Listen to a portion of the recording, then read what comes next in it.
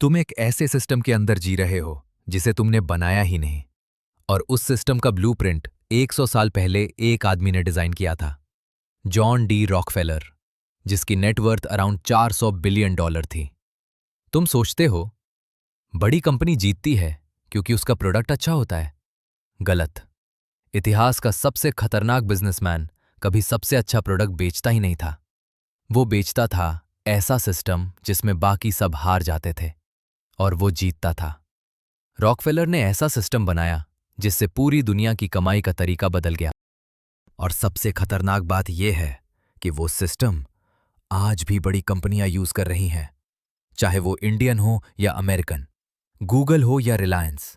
हर company उसी तरह काम कर रही है, उसी सिस्टम को फॉलो कर रही है। और आज मैं तुम्हें उसी सिस्टम के बारे में बताने वाला हूं। बात है सन 1800 की, जब अमेरिका में तेल का बूम आया। हर चीज तेल पर डिपेंडेंट थी और आज भी है। खाने का सामान इधर उधर पहुंचाने से लेकर इंसान को इधर उधर पहुंचाने तक हर चीज ऑयल के बिना पॉसिबल ही नहीं है। उस जमाने में तेल जैसे आज के जमाने का इंटरनेट था। हर चीज इस पर डिपेंडेंट थी, और जो इस पर कंट्रोल कर लेता वो सबसे पावरफुल हो जाता। हर कोई यही सोच रहा था, ज्यादा तेल निकालो और ज्यादा पैसा बनाओ। लेकिन रियलिटी अलग थी। तेल निकालना आसान था, उसे बेच पाना मुश्किल। तेल को बेचने के लिए जो ट्रांसपोर्ट सिस्टम था वो बहुत ज्यादा महंगा था, स्टोरेज लिमिटेड था, ऊपर से मार्केट बिल्कुल अनस्टेबल। कोई प्रेडिक्ट नहीं कर पाता कि कल मार्केट में ऑयल क्या रेट मिलेगा। मतलब प्रॉब्लम प्रोडक्शन नहीं थी, प्रॉब्लम थी सिस्टम की। और यहां एंट्री होती है रॉकफेलर की।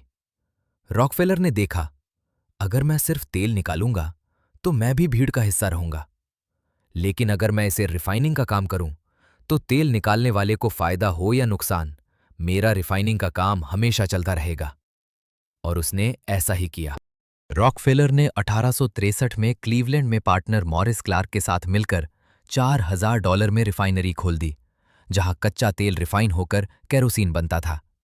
इसके बाद सिर्फ 2 साल बाद अपने पार्टनर के साथ डिसएग्रीमेंट के चलते उसने अपने पार्टनर के शेयर $72,500 में खरीद लिए, जो कि आज की डेट के हिसाब से $2 मिलियन है। वो रिफाइनरी क्लीवलैंड की सबसे बड़ी रिफाइनरी बन गई। लेकिन प्रॉब्लम ये थी कि कंपटीशन भयंकर था। रिफाइनरी का आइडिया सिर्फ रॉकफेलर के पास ही नहीं था, दूसरे लोग भी रिफाइनिंग का काम कर रहे थे। ऐसे में रॉकफेलर को कुछ एक्स्ट्रा ऑर्डिनरी करने की जरूरत थी, और उसने किया भी। उस समय ऑयल ट्रांसपोर्ट का एक ही रास्ता था, रेलवे। और उसने रेलवे से एक सीक्रेट डील कर ली कि मेरा माल सस्ते में ट्रांसपोर्ट करना होगा और दूसरों का महंगे में। ये ठीक ऐसा था जैसे कोई सेलर अमेज़न पर अपने प्रोडक्ट की डिलीवरी या शिपमेंट सस्ते में कराए और दूसरे छोटे सेलर्स को महंगे में। इससे कंपटीशन को हराना आसान हो गया। लेकिन असली चालाकी ये नहीं थी। असली चालाकी थी रीबेट सिस्टम। रिबेट सिस्टम ऐसा सिस्टम था जिसमें जब भी कोई रॉकफेलर का कॉम्पिटिटर रेलवे से माल भेजता, उसका कुछ हिस्सा रॉकफेलर को मिल जाता। इससे उसे बिना कुछ किए ही मुनाफा मिलने लगा। मॉडर्न एग्जाम्पल के रूप में सोचो, एक यूट्यूबर वीडियो अपलोड करता है, उसे 1000 व्यूज आते हैं। दूसरा अपलोड करता है, उसे 1 लाख व्यूज आते हैं। लेकिन क्या हो अगर 1000 वाले के व्यूज का कुछ हिस्सा 1 लाख वाले के पास जाने लगे, वो भी बिना कुछ किए? ऐसा ही सिस्टम रॉकफेलर ने बनाया था। रॉकफेलर ने सिर्फ ट्रांसपोर्ट सस्ता नहीं किया, उसने प्रोडक्शन कॉस्ट भी कम कर दी। यानी उसने उन सब चीजों को खरीद लिया जो ऑयल रिफाइनिंग के लिए काम आती थीं। इसे आसान भाषा में समझो, अगर कोई जूस सेंटर खोलता है तो उसे फल, चीनी, मिक्सर, दुकान सब चाहिए। अब सोचो, अगर वही आदमी फल के लिए खुद का बगीचा बना ले, चीनी के लिए खुद का कारखाना खरीद ले और दुकान भी अपनी हो, तो जो प्रॉफिट पहले दूसरों में बंटता था वो अब सीधा उसकी जेब में जाएगा। और यही किया रॉकफेलर ने। उसने वेस्ट कम किया, हर प्रोसेस को ऑप्टिमाइज किया और साथ ही बाय प्रोडक्ट्स भी बेचने लगा। जहां बाकी लोग सिर्फ तेल बेच रहे थे, वो हर ड्रॉप से पैसा निकाल रहा था। और यही गेम आज भी बड़े ब्रांड्स खेल रहे हैं। अगर एक कंपनी सिर्फ फोन बनाकर बेचे और दूसरी कंपनी फोन के साथ साथ एक्सेसरीज, सर्विस और डिजिटल प्रोडक्ट्स भी बेचे, तो कौन ज्यादा प्रॉफिट कमाएगा? ऑब्वियसली जो ज्यादा चीजें बेच रहा है। अब इसके बाद शुरू हुई सबसे ब्रूटल स्ट्रैटेजी। 1872 में शुरू हुई प्राइस वॉर। लेकिन ये कोई रैंडम प्राइस वॉर नहीं थी। रॉकफेलर की प्राइस वॉर का तरीका बहुत अलग था। वो क्लिवलैंड में वहीं प्राइस गिराता जहां कोई कॉम्पिटिटर स्ट्रांग हो रहा होता। वो वहां जाकर इतना रेट गिरा देता कि खुद लॉस में चला जाता, लेकिन कंपटीशन को मार देता। कॉम्पिटिटर सर्वाइव ही नहीं कर पाता, और जैसे ही कंपटीशन खत्म, प्राइस फिर से बढ़ जाती। ज़ोमैटो स्विगी ऑफर्स याद है? पहले फ्री डिलीवरी, फिर heavy discounts. Online food delivery कंपनियों ने लॉस में काम किया, लेकिन कस्टमर्स खुश थे। फिर धीरे धीरे कस्टमर्स को आदत लग गई घर बैठे खाना मंगाने की। अब यहां एक सवाल आता है कि प्राइस वॉर चल किसके बीच रही थी? क्योंकि कस्टमर तो फायदा में था।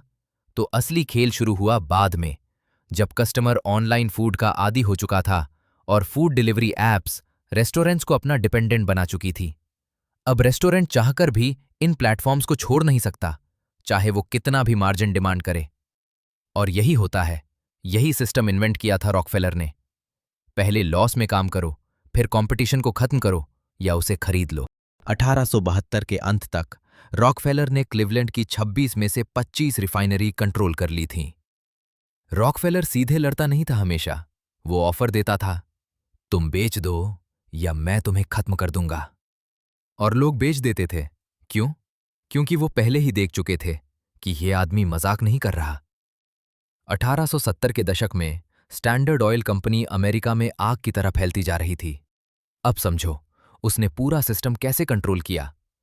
तेल निकालना, उसे रिफाइन करना, ट्रांसपोर्ट, स्टोरेज, सेलिंग, हर स्टेप पर उसका कंट्रोल। और जब हर स्टेप पर कंट्रोल हो तो तुम मार्केट में नहीं होते, तुम खुद मार्केट बन जाते हो। अब इसे आज के टाइम से जोड़ो। आज अगर कोई प्लेटफॉर्म कंट्रोल करता है, डिस्ट्रीब्यूशन कंट्रोल करता है, विजिबिलिटी कंट्रोल करता है, जैसे इंस्टा, फेसबुक, ट्विटर और दूसरे प्लेटफॉर्म्स, तो वही किंग है। जैसे जो डिसाइड करे कौन दिखेगा, कौन वायरल होगा, कौन इनविजिबल रहेगा, वही मॉडर्न रॉकफेलर है। 1879 तक रॉकफेलर की कंपनी अमेरिका की 90% रिफाइनिंग को कंट्रोल करने लगी। रॉकफेलर डेंजरस इसलिए नहीं था क्योंकि वो अमीर था, वो डेंजरस इसलिए था क्योंकि वो सिस्टम को बेंड कर सकता था। जब एक इंसान इतना पावरफुल हो जाए कि वो रूल्स को इन्फ्लुएंस कर सके, तो वो सिर्फ बिजनेसमैन नहीं रहता, वो इकोसिस्टम बन जाता है। लेकिन सरकार को समझ आया, ये कंपनी मार्केट से बड़ी हो रही है और अपने फायदे के लिए दूसरी छोटी कंपनियों को खाती जा रही है। फिर आया 1911 ब्रेकअप। स्टैंडर्ड ऑयल को तोड़ दिया गया। लेकिन यहां असली ट्विस्ट है, टूटने के बाद भी उसकी वैल्यू और बढ़ गई। क्यों? क्योंकि रॉकफेलर ने सिर्फ कंपनी नहीं बनाई थी, उसने सिस्टम बनाया था, और उस सिस्टम का नाम था ट्रस्ट स्ट्रक्चर। अलग अलग कंपनियां बाहर से अलग दिखती थीं, लेकिन कंट्रोल एक ही हाथ में होता था। बाहर से कंपटीशन दिखता था, अंदर से सब एक ही ऑर्गेनाइजेशन के कंट्रोल में था। अब इसे आज के टाइम से जोड़ो। आज की होल्डिंग कंपनियां भी यही खेल खेलती हैं। जैसे Bajaj holdings and investment limited, जिसके अंदर Bajaj auto, Bajaj Finserv, Maharashtra scooters जैसी कंपनियां आती हैं। या फिर मेटा, जिसके अंदर इंस्टा, फेसबुक, व्हाट्सएप आते हैं। बाहर से लगता है कंपटीशन है, लेकिन असल में पेरेंट ग्रुप एक ही होता है। और यही गेम रॉकफेलर खेल रहा था। जब कंपनी को अलग अलग तोड़ा गया, तो टूटने के बाद भी वो उन्हें इनडायरेक्टली ओन करता रहा। और सबसे खतरनाक बात, जब ब्रेकअप के बाद कंपनी के शेयर $660 से बढ़कर $900 हो गए, तो रॉकफेलर को नुकसान नहीं, उल्टा फायदा हुआ, क्योंकि वो अभी भी 34 कंपनियों को इनडायरेक्टली कंट्रोल कर रहा था। अब समझो फाइनल पिक्चर। रॉकफेलर कंट्रोल कर रहा था production, refining, transport, storage, distribution. यानी हर गेट पर वही बैठा था।